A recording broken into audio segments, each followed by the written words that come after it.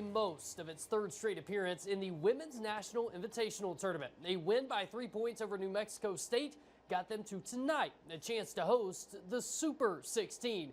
The Bison have never gotten past this round, looking to change that against Washington State.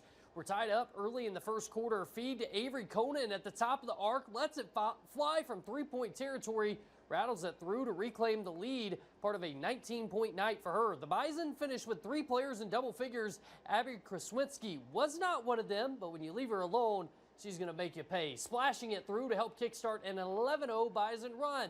Into the second quarter now. Bison still on top. Feed to Abby Schulte down low, spins off a couple of defenders, rises up and knocks it in off the glass. The Bison are moving on. They'll host Troy on Monday night in the Greats 8.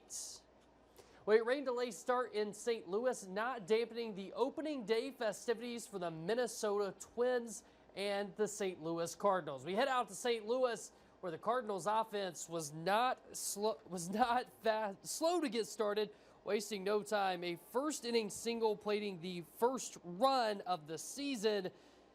And boy, if you're a Twins fan, you hope this isn't a way to look ahead to the season. Twins finding themselves in a hole. When it rains, it pours. A 2-out, 2-run homer pushes the lead to 3 for the Cardinals, and then it's 4-0 before the Twins even have a chance to score. The lone bright spot coming in the 5th inning, Harrison Bader hammering his first home run of the year, a 2-run shot. But opening day, well, it belonged to the Cards, 5-3. They'll get back at it tomorrow. Well, it's not only opening day in the MLB, but also opening day for the brand new turf at Municipal Ballpark in Bismarck. UMary getting its first home series underway as winners of 7 of their last 8 games.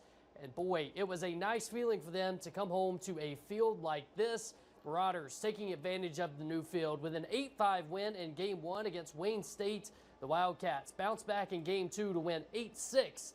The teams enter Friday's doubleheader with the exact same record, 12-11 on the season.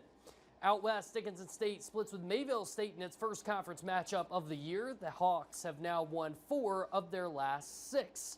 Blue Hawks softball on the road, where they split against Bellevue, a 6-4 win and a 9-0 shutout loss. Well, it was Pro Day in Fargo for NDSU football players this afternoon. A last shot to shine in front of NFL scouts. Gray Zabel, the center of attention, as a guy who has been on the radar since an outstanding performance at the Senior Bowl and then at the NFL Combine. That's led to some serious conversations about not only being a first rounder, but maybe even a top 15 pick.